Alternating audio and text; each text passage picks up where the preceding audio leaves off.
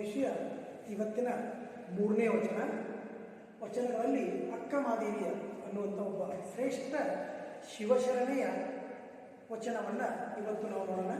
ಅಕ್ಕಮಾದೇವಿ ಇವರ ಅಂಕಿತ ನಾಮ ಚೆನ್ನಮಲ್ಲಿಕಾರ್ಜುನ. ಏನು? ಚೆನ್ನಮಲ್ಲಿಕಾರ್ಜುನ. ಇವರ ಊರು ಶಿವಮೊಗ್ಗ ಜಿಲ್ಲೆಯ ಶಿಕಾರಿಪುರ ತಾಲೂಕಿನ ಉಡುತರಿ ಅಂತ. ಈ ಉಡುತರಿ, ಈ ಚೆನ್ನಮಲ್ಲಿಕಾರ್ಜುನನ್ನ ಯಾಕೆ ಅವರು ತನ್ನ ಅಂಕಿತ ನಾಮವನ್ನಾಗಿ ಮಾಡಿಕೊಂಡು ಅನ್ನೋದಕ್ಕೆ ಒಂದು ಚಿಕ್ಕ ಕಥೆ ಇದೆ. ಏನಪ್ಪಾ ಅಂದ್ರೆ, ಅಕ್ಕಮಾದೇವಿ ಒಂದು ನಾನು ಓದಿದ ಪ್ರಕಾರ ಅತೀ ಸುಂದರವಾದ ಹೆಣ್ಣುಮಗಳು, ಅತೀ ಸುಂದರ. ಆ ಸುಂದರವಾದ ಹೆಣ್ಣುಮಗಳು ಬಾಲ್ಯದಲ್ಲಿ ಎಲ್ಲರ ಜೊತೆ ನಲಿತಾ ಆನಂದದಿಂದ ಆಟವಾಡುವಾಗ ಎಲ್ಲ ಗೆಳತಿಯರ ಒಂದು ಚಿಕ್ಕ ಸಮೂಹ ಅವರೆಲ್ಲರೂ ಕೂಡಿ ಬಾಲ್ಯದಲ್ಲಿ ಒಂದು ಮೋಜಿಗಾಗಿ ಒಂದು ಮದುವೆ ಆಟವನ್ನು ಆಡ್ತಾರೆ. ಇಲ್ಲ ಒಂದು ಅವರಲ್ಲಿರುವಂಥ ಒಬ್ಬ ಹುಡುಗಿ, ಒಬ್ಬ ಚಿಕ್ಕ ಹೆಣ್ಮಗಳು ಮಲ್ಲಿಕಾರ್ಜುನನ್ನ ಅಂದರೆ ಒಬ್ಬ ಗಂಡನ ಪುರುಷ ಪಾತ್ರವನ್ನು ಮಾಡಿದರು. ಅವಳ ಆ ಪುರುಷ ಪಾತ್ರದ ಜೊತೆ ಮದುವೆಯ ಸಮಾರಂಭವನ್ನು ಮಾಡಬೇಕಂತ ಅಕ್ಕಮಾದೇವಿಯನ್ನ ಹೆಣ್ಣು ಮಗಳಾಗಕ್ಕೆ ಕೇಳಿದ್ರೆ, ಅವಳು ಮದುವೆ ಅಂದರೆ ತಲೆಯಲ್ಲಿ ಒಂದೇ ಸರಿ ಆಗೋದು ಅನ್ನೋದಂಥ ಒಂದು ಚಿಕ್ಕಂದಿರುವಂಥ ಮದುವೆ. ಅವಾಗ ಹೇಳ್ತಾರೆ, ಅವರ ಗೆಳತಿಯರು ಕಿವಿಯಲ್ಲಿ ಹೇಳ್ತಾರೆ, ಮಲ್ಲಿಕಾರ್ಜುನ ಅಂದರೆ ಬಹಳ ಶ್ರೇಷ್ಠ, ಸುಂದರವ, ದೊಡ್ಡ ದೇವರು, ಅವನನ್ನು ನೀನು ಮದುವೆ ಆದರೆ ನಿನ್ನಷ್ಟು ಸುಖಿ ಯಾರಿಲ್ಲ ಅಂತೇಳಿ ಅವನು ಏನೇನೋ ಹೇಳಿ ಅವ್ರನ್ನ ಒಪ್ಪಿಸ್ತಾರೆ. ಬಾಲ್ಯದಲ್ಲೇ ಆ ಮದುವೆ ಆಟವನ್ನು ಆಡಿದಾಗ ಅವನೇ ನನ್ನೇ ಗಂಡನೆಂದು ನಂಬಿದಳು. ಅದಕ್ಕೆ ಹೇಳ್ತಾರ, ಇಹಕ್ಕೊಬ್ಬ ಗಂಡ ಪರಕ್ಕೊಬ್ಬ ಗಂಡ ಅಲ್ಲ, ಒಳಗೊಬ್ಬ ಗಂಡ ಹೊರಗೊಬ್ಬ ಗಂಡ ಆಗಕ್ಕೆ ಸಾಧ್ಯ ಇಲ್ಲ. ನಾನು ಚೆನ್ನಮಲ್ಲಿಕಾರ್ಜುನನೇ ನನ್ನ ಪತಿ ಅನ್ನುವಂಥ ವಿಷಯದಿಂದ ಮೊದಲಿನಿಂದಲೂ ಚೆನ್ನಮಲ್ಲಿಕಾರ್ಜುನಲ್ಲಿ ಅಪಾರ ಪ್ರೀತಿಯನ್ನು ಇಟ್ಕೊಂಡಂತಹ ಮಹಾದೇವಿ ಮುಂದೆ ಕೌಶಿಕ ರಾಜನನ್ನ ಮದುವೆಯಾಗ್ತಾಳೆ. ನೋಡ್ರಿ, ಮನಸ್ಸಿನಲ್ಲಿ ಮಲ್ಲಿಕಾರ್ಜುನನೇ ಗಂಡನೆಂದು ನಂಬಿದಂತ ಅಕ್ಕಮಾದೇವಿ ಯಾವುದೋ ಒಂದು ಒತ್ತಡಕ್ಕೆ ಒಳಗಾಗಿ, ಅದಕ್ಕೆ ಮತ್ತೆ ಬೇರೆ ಕಾರಣ ಇದೆ. ಅವಳು ಮದುವೆ ಬಂದಾಗ ಅತಿ ಸೌಂದರ್ಯವನ್ನು ನೋಡಿ ಅವರ ತಂದೆ ತಾಯಿಯನ್ನ ಕರೆದು ಆ ಕೌಶಿಕ ರಾಜ ಏನೊಂದು ಪ್ರೆಷರ್ ಆಗ್ತಾನೆ ಅಂದ್ರೆ ಅವರಿಗೆ ಒಂದು ದಬ್ಬಾಳಿಕೆಯನ್ನು ಹೇಳ್ತಾರೆ. ಏನು, ನಿಮ್ಮ ಮಗಳನ್ನ ನಾನು ಮದುವೆ ಮಾಡ್ಕೊತೀನಿ.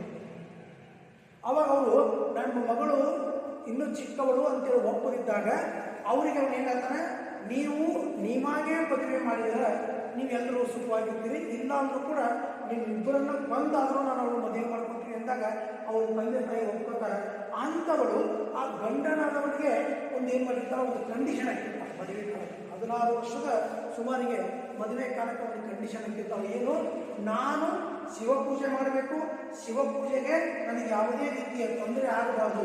ನೋಡ್ರಿ, ಯಾವುದೇ ವ್ಯಕ್ತಿ ನನ್ನ ಕೆಲಸ ಆಗಬೇಕಾಗಿತ್ತು ಅಂದ್ರೆ ಅಲ್ಲೇನು ಮಾಡ್ತಾನೆ, ಆಗಿನ ಕಾಲಕ್ಕೆ ಅಂತಾನೆ.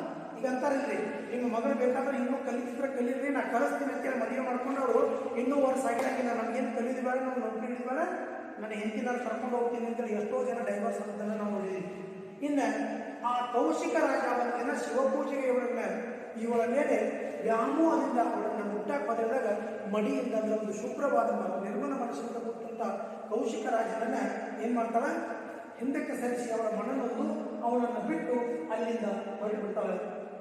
ಊರು ಸುತ್ತಾಡ್ತಾ ಶಿವಜ್ಞಾನವನ್ನು ಮಾಡಿಕೊಡ್ತಾ ಶಿವನನ್ನ ಸ್ಮರಿಸಿಕೊಡ್ತಾ ಬೆಟ್ಟ ಗುಡ್ಡಗಳಲ್ಲಿ ಎಲ್ಲ ಗಿಡ ಮರಗಳನ್ನ ಕೇಳ್ತಾಳ, ಚೆನ್ನಮಲ್ಲಿಕಾರ್ಜುನ ಎಲ್ಲಿದ್ದಾನೆ, ನನ್ನ ಚೆನ್ನಮಲ್ಲಿಕಾರ್ಜುನ ಎಲ್ಲಿದ್ದಾನೆ, ಕಲ್ಲುಗಳನ್ನು ಮಾತಾಡಿಸ್ತಾಳ. ಹಿಂಗೆ ಸುತ್ತಾ ಕಡೆಗೆ ಅಣ್ಣ ಬಸವಣ್ಣನವರ ಮಹಾಮನಿಯ ಅಂತ ಅನುಭವ ಮಂಟಪಕ್ಕೆ ಕಲ್ಯಾಣಕ್ಕೆ ಬರ್ತಾಳೆ.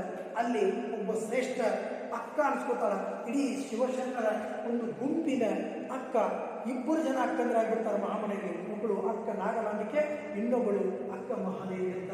ಮುಂದೆ ಅಲ್ಲಿಂದ ಅವಳು ಹೋಗ್ತಾ ಶ್ರೀಶೈಲದ ಕದಲಿ ಮನೆಗೆ ಹೋಗಿ ಅಲ್ಲಿ ತಪಸ್ಸನ್ನು ಮಾಡಿ ಅಲ್ಲಿ ತನ್ನ ಜೀವನದ ಕೊನೆಯ ಗಳಿಗೆಯನ್ನು ಬರೆದು ಲಿಂಗೈಕ್ಯರಾಗಿ ಹೋದ್ದು ಅನ್ನುವಂಥ ಒಂದು ಕತೆ ನಾವು ಓದಿದ್ದದ.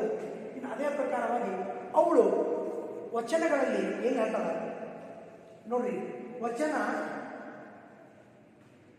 ಲೌಕಿಕ ಬಂಧನದಲ್ಲಿ ಅಂದರೆ ಈ ಲೌಕಿಕದ ಜೀವನದ ಈ ಸಂಸಾರ ಸುಖದ ಬಂಧನದಲ್ಲಿ ಬಿದ್ದರೆ ನಾವು ಭಕ್ತನಿಗೆ ಮುಕ್ತಿ ಇಲ್ಲ, ಅದನ್ನು ತ್ಯಜಿಸಬೇಕು. ಯಾಕಂದ್ರೆ ಇದೆಲ್ಲ ನಮ್ಮ ಬಂಧನ. ಮೊದಲೇನಂತೀವಿ, ಮೊದಲು ಒಂದು ಹೆಣ್ಣು ಸಿಕ್ಕರೆ ಸಾಕು. ಹೆಣ್ಣು ಸಿಕ್ತು, ಇನ್ನೇನು ಮದುವೆ ಆಗ್ಯಾರ, ಮಕ್ಕಳಾಗಲಿ ಅಂತೀವಿ. ಮಕ್ಕಳಾದ್ರು, ಆ ಮಕ್ಕಳಾದ ನಂತರ ಏನು ಬೇಕನ್ನಿಸ್ತದೆ, ಒಂದು ಮನೆ ಕಟ್ಟಬೇಕನ್ನಿಸ್ತದೆ, ಮನಿನೂ ಆಯ್ತು. ಆಮೇಲೆ ಮಕ್ಕಳು ಓದಬೇಕನ್ನಿಸ್ತದೆ, ಮಕ್ಕಳು ಓದಿದ್ರು, ಅವ್ರಿಗೆ ಮದುವೆ ಮಾಡ್ಬೇಕನ್ನಿಸ್ತದೆ. ಇದು ಬಂಧನ. ನಿಮ್ಮದು ಯಾವುದೇ ಕಾರಣಕ್ಕೂ ನಿನ್ನ ಉಸಿರಿರುವವರೆಗೂ ನೀನು ಈ ಬಂಧನದಿಂದ ಮುಕ್ತ ಆಗುವುದಿಲ್ಲ, ಅವನ ಭಕ್ತರಾಗಕ್ಕೆ ಸಾಧ್ಯವಿಲ್ಲ. ಆತ್ಮ ಪರಮಾತ್ಮನಲ್ಲಿ ಒಂದಾದಾಗ ಅಂತ ಭಕ್ತನಿಗೆ ಭವವಿದೆ. ಭವ ಅಂದರೆ ಸಂಸಾರ. ನೋಡ್ರಿ, ತಾನೇ ಪರಮಾತ್ಮ ತನ್ನ ಆತ್ಮದಲ್ಲಿ ಪರಮಾತ್ಮನ ಕಂಡ್ರೆ ಆ ಪರಮಾತ್ಮನನ್ನು ಸಾಕ್ಷಾತ್ಕಾರಗೊಳಿಸಿಕೊಂಡ್ರು ಮನದಲ್ಲಿ ಅಂದರೆ ಅವನಿಗೆ ಯಾವ ಸಂಸಾರದ ಒಂದು ಬಂಧನ ಇರುವುದಿಲ್ಲ. ಶರಣರ ಸಂಘದಿಂದ ಬದುಕು ಸಾರ್ಥಕ, ಇಲ್ಲದಿದ್ದರೆ ನಿರರ್ಥಕ ಅನ್ನುವಂಥ. ನೋಡ್ರಿ, ಶರಣರಂದ್ರೆ ಎಲ್ಲವನ್ನು ಬಿಟ್ಟು ಪರಮಾತ್ಮನನ್ನು ಕಾಣುವ ಹಂಬಲದಲ್ಲಿರುವ ಎಲ್ಲರನ್ನು ನಾವು ಅವ್ರ ಜೊತೆ ಸಹವಾಸ ಮಾಡಿದರೆ ನಮ್ಮದು ಜೀವನ ಸಾರ್ಥಕವಾಗ್ತದೆ ಅಂತ ಹೇಳ್ತಾರೆ. ಇಲ್ಲಿ ಪ್ರತಿ ವ್ಯಕ್ತಿಗೂ ಏಕಾಗ್ರಚಿತ್ತತೆ ಅತ್ಯವಶ್ಯಕ. ಮೊದಲೇನೇನು, ಮನಸ್ಸು ನಿಗ್ರಹಿಸಿಕೊಳ್ಳುವಂಥ ತನ್ನಲ್ಲಿ ಕಠೋರತೆ ಇರಬೇಕು. ಭಕ್ತನಾಗ್ತೀನಿ ಅಂತ ಬಾಯಿಂದ ಅಂದ್ರೆ ಆಗುದಿಲ್ಲ. ಓಂ ನಮ ಶಿವಾಯ ಅಂದ್ರೆ ಆಗುದಿಲ್ಲ. ಟೆಪ ಟಪ ಪಿಟಿ ಪಿಟಿ ಪಿಟಿ ಪಿಟಿ ಅಂತ ದೇವರು ಕೂತ್ಕೊಂಡು ನಾವು ಮಂತ್ರ ಅಂದ್ರೂ ಆಗುದಿಲ್ಲ. ಮೊದಲೇನಬೇಕು, ಭಗವಂತನನ್ನು ಸಾಕ್ಷಾತ್ಕರಿಸಿಕೊಳ್ಳುವಂಥ ಶಕ್ತಿ ಮನಸ್ಸು ನಮ್ಮಲ್ಲಿರಬೇಕು. ಆ ಮನಸ್ಸು ನಿಗ್ರಹವಾಗಿರಬೇಕು. ಬಾಹ್ಯ ಪ್ರಪಂಚದ ಸೆಳೆತಕ್ಕೆ ಸಿಕ್ಕು ಬದುಕುವುದನ್ನು ಯತ್ವಾಪತ್ವ ನಡೆಸುವುದು ದುರಂತಕ್ಕೆ ನಾಂದಿ. ಹೊರಗಿನ ಪ್ರಪಂಚ ಇವತ್ತು 10 ರೂಪಾಯಿ ಬೇಕಾದ್ರೆ ನಾಳೆ 100 ರೂಪಾಯಿ ಬೇಕಾಗ್ತದೆ. ಆಮೇಲೆ ಎಲ್ಲ ಬಯಕೆಗಳು ಬರ್ತಾವ. ಆ ಬಯಕೆಗಳನ್ನು ತೀರ್ಥ ತೀರ್ಥ ತೀರ್ಥ ನಾವು ಎಲ್ಲಿ ಮುಂದೆ ಹೋಗಿರ್ತೀವಿ ಅಂದರೆ ವಾಪಸ್ ನಮ್ಮ ಜೀವನದ ಸುಖದ ನೆಮ್ಮದಿಯ ಒಂದು ಕೇಂದ್ರಕ್ಕೆ ಬರಲಿಕ್ಕೆ ಆಗುವುದಿಲ್ಲ. ಅದಕ್ಕೆ ಉತ್ತಮರ ಒಡನಾಟದಿಂದ, ಒಂದು ಒಳ್ಳೆಯವರ ಸ್ನೇಹದಿಂದ ನಮ್ಮ ಜೀವನ ಒಂದು ಗುರಿ ತಲುಪಲು ಸಾಧ್ಯ. ಗುರಿ ಸರಿ ಇದ್ದರೆ ಏನಾಗ್ತದೆ, ಸಾಧನೆಗಳು ಮಹತ್ವದ್ದಾಗಿರ್ತವೆ. ಒಳ್ಳೆಯ ಗುರಿಯನ್ನು ಇಟ್ಕೊಂಡು ನಾವು ಬದುಕ್ತಿರಬೇಕು ಅಂದ್ರೆ ನಾವೇನಾಗ್ತದೆ, ಮೇಲೆ ಬರ್ತೀವಿ ಅಂತ ಹೇಳ್ತಾರೆ. ಈಗ ವಚನಗಳಲ್ಲಿ ಏನಾಗ್ತಾರೆ, ರತ್ನದ ಸಂಕೋಲೆಯಾದರೆ ತೊಡರಲ್ಲವೇ. ನೋಡ್ರಿ, ಬೇಡಿ ಅಥವಾ ಸಾಕಲಿ ಅಥವಾ ಮೈತುಂಬ ಹಗ್ಗ, ನೀವು ಅದು ಬಂಗಾರದಿದ್ರೂ ಕೂಡ ಅದು ಕಟ್ಟಿದ್ರೆ ಅಲಿಗಾಡಕ್ಕೆ ಬರಲಿಲ್ಲ ಅಂದ್ರೆ ಅದು ನಮಗೆ ತೊಂದರೆನೇ. ಇವತ್ತು ಬಂಗಾರದಿಂದ ಬೇಡಿ ಹಾಕ್ಯಾರ, ಈ ಬಂಗಾರ ಬೇಡಿ ನಾವು 10 ವರ್ಷ ತೆಗಿಯಂಗಿಲ್ಲ ಅನ್ನೋ ಯಾವ ಇದ್ದೀರಿ ಇಲ್ಲ. ಮುತ್ತಿನ ಬಲೆಯಾದರೆ ಬಂಧನಲ್ಲವೇ. ಇಡೀ ಮೈಯನ್ನು ಟೈಟಾಗಿ ಮುತ್ತಿನಿಂದ ಅರಿವಿ ಹೊರಕೊಂಡು ಹಾಕೊಂಡ್ರೆ ಅದು ಮೈಗೆ ಒಂದು ಥರ ಕಟ್ಟಿ ಹಾಕಿದಂಗೆ ಬಂಧನ. ಅದು ಕಟ್ಟಿ ಹೋದಂಗೆ ನಮ್ಮನ್ನು ಎಲ್ಲಿ ಅಳಿಗಡಕ್ಕೆ ಬರಂಗಿಲ್ಲ. ಸ್ವಲ್ಪ ಹರಿದು ಹೋದ್ರೆ ಮುತ್ತೆಲ್ಲ ಹೋಗ್ತಾವಲ್ಲ ಅನ್ನೋದು. ಆ ಮುತ್ತನ್ನು ಹಾಕೊಂಡು ನಾವು ಅಲಂಕಾರ ಮಾಡ್ಕೊಂಡು ನೋಡ್ರಿ, ಒಬ್ಬೊಬ್ರು ದೊಡ್ಡ ದೊಡ್ಡ ಮದುವೆ ಫಂಕ್ಷನ್ ಬಂದಿರ್ತಾರೆ, ಒಂದು ಚಲೋ ಬಗ್ಗೆ ಒಂದು 3-4 ಸಾವಿರ ಡ್ರೆಸ್ ಬಂದಿರ್ತಾರೆ. ಎಲ್ಲಿ ಹೋದ್ರು ಹಿಂಗೆ ಹಿಡ್ಕೊಂಡು ಅಡ್ಡಾಡ್ತಾರೆ. ಮೈ ಸಣ್ಣ ಬಿಟ್ಟು ಈ ನೀವು ಎಷ್ಟೋ ಜನ ಗಂಡು ಮಕ್ಕಳು ಹೇಳ್ತೀನಿ, ಪ್ಯಾಂಟ್ ಹಂಗೆ ಕಳೆದು ಮನೆಯಾಗ ಹೋಗ್ತಾರೆ, ಬರ್ಮಾನ ಚಡ್ಡಿ ಹಾಕಿ ಟೀ ಶರ್ಟ್ ಹಾಕೊಂಡು ಅಡ್ಡಾಡೋದಂದ್ರೆ ಹುಡುಗರು. ಯಾಕಂದ್ರೆ ಬಂಧನ ಬೇಡಾಗಿತ್ತು. ಇನ್ ಶರ್ಟ್ ಮಾಡ್ಕೊಂಡು ಟೈಟ್ ಆಗಿರೋದು, ಅಲ್ಲಿ ಮುಟ್ಟಬೇಡ ಇಲ್ಲಿ ಮುಟ್ಟಬೇಡ, ಇದು ಬಂಧನ. ಚಿನ್ನದ ಕತ್ತಿಯಲ್ಲಿ ತಲೆ ಹೊಯ್ದರೆ ಸಾಯದಿಪ್ಪುರೇ. ಖಡ್ಗ ಬಂಗಾರದ ಐತಂತೇಳಿ ಅದನ್ನು ರುಂಡ ಹೊಡೆದ್ರೆ ಅದನ್ನು ಕತ್ತರಿಸದೇ ಇರ್ತಿದ್ದೇನೆ, ಆ ಮನುಷ್ಯ ಸಾಯುವುದಿಲ್ಲ. ನಾನು ಲೋಕದ ಭಜನೆಯ ಭಕ್ತಿಯಲ್ಲಿ ಸಿಕ್ಕಿದರೆ, ಲೋಕ ಅಂದ್ರೆ ಈ ಪ್ರಪಂಚ. ಯಾವತ್ತು ಪ್ರಪಂಚದ ಗಂಡ ಹೆಂಡತಿ ಮಕ್ಕಳು ಅವರು ಇದು ಗೆಳೆಯರು, ಆ ಫಂಕ್ಷನ್ ಈ ಫಂಕ್ಷನ್ ಇದರಾಗ ಸಿಲುಕಿದ್ರೆ ಇದೇನೋ ಸಿಲುಕಿದರೆ ಜನನ ಮರಣ ಬಿಡುವುದೇ. ನೋಡ್ರಿ, ನಾವು ಎಲ್ಲ ಮಾಡಕತ್ತೀವಿ, ದಿನ 100 ಮಂದಿ ಊಟಕ್ಕಾಕತ್ತೀನಿ, ನಾ ಸಮಾಜದಾಗ ಒಳ್ಳೆಯ ತಿರ್ಗಾಡಕತ್ತೀನಿ ಅಂದ್ರೆ ಎಂತೆಂಥವ್ರು ಎಲ್ಲೆಲ್ಲೋ ಆಕ್ಸಿಡೆಂಟ್ ಆಗಿ ಸಾಕೊಂತಾರೆ. ಜನನ ಮರಣ ಅನ್ನೋದು ಯಾರಿಗೂ ಬಿಡುವುದೇ. ಚಂಡ ಮಲ್ಲಿಕಾರ್ಜುನ ಅಂತ ಹೇಳ್ತಾರೆ. ಇನ್ನು ಎರಡನೇದ್ರಾಗ ಹೇಳ್ತಾರೆ, ಲೋಕದ, ಲೋಕ ಅಂದ್ರೆ ಪ್ರಪಂಚ. ಪ್ರಪಂಚ ಬೆಳಗಾಗಬೇಕಾದ್ರೆ ಏನು ಬೇಕ್ರಿ? ಯಾವಾಗ ಹೇಳ್ತೀರಿ? ಸೂರ್ಯ ಉದಯ ಆದರೆ. ಪ್ರಪಂಚದ ಚಟುವಟಿಕೆಗೆ, ಲೋಕದ ಚೇಷ್ಟೆಗೆ ರವಿ ಬೀಜವಾದಂತೆ. ನೋಡಿ, ಚೇಷ್ಟೆ ಅಂದ್ರೆ ಚಟುವಟಿಕೆ.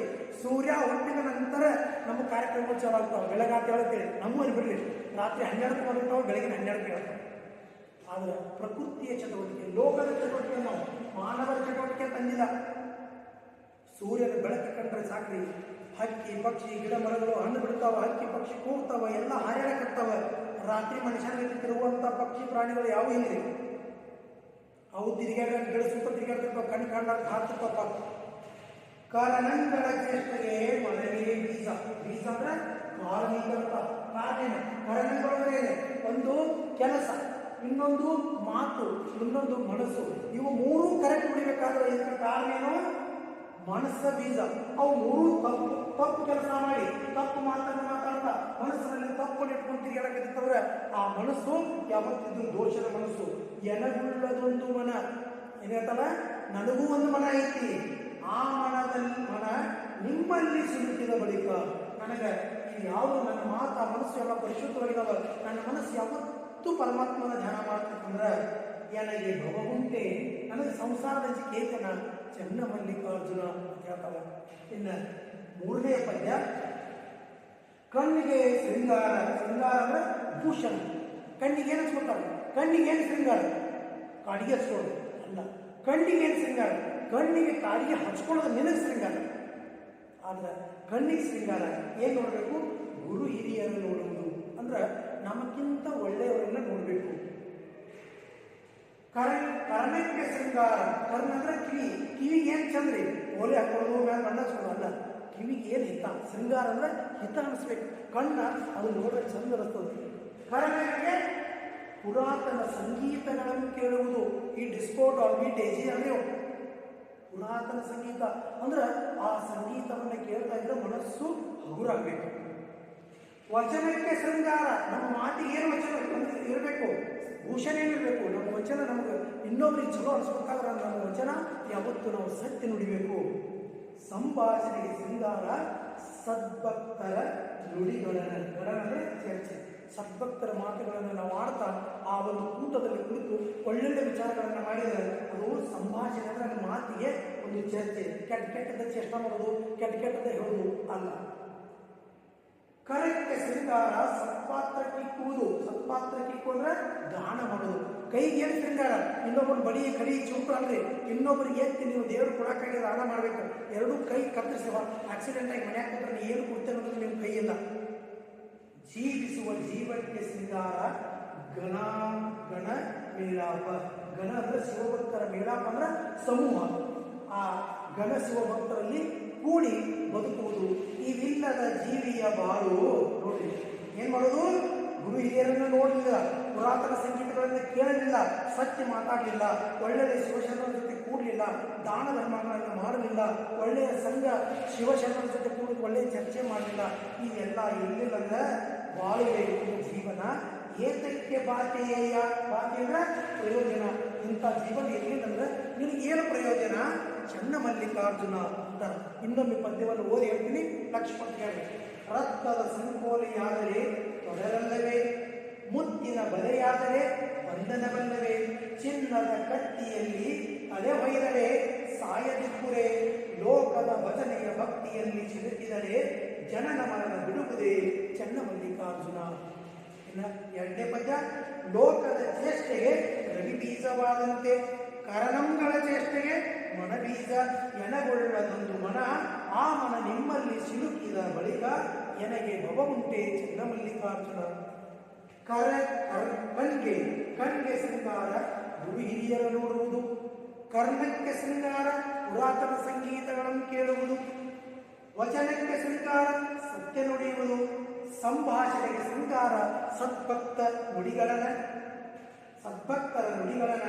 ಕರೆಕ್ಟ್ ಶೃಂಗಾರ. ಸತ್ಪಾತ್ರ ಇಕ್ಕುವುದು. ಜೀವಿಸುವ ಜೀವನಕ್ಕೆ ಶೃಂಗಾರ. ಗಣಬೇಡಾಪ. ಇವಿಲ್ಲದ ಜೀವಿಯ ಬಾಳುವೆ ಏತಕ್ಕೆ ಬಾತೆಯ. ಎದಕ್ಕೆ ಬರ್ತದ? ಏನು ಪ್ರಯೋಜನ? ಚೆನ್ನ ಮಲ್ಲಿಕಾರ್ಜುನ.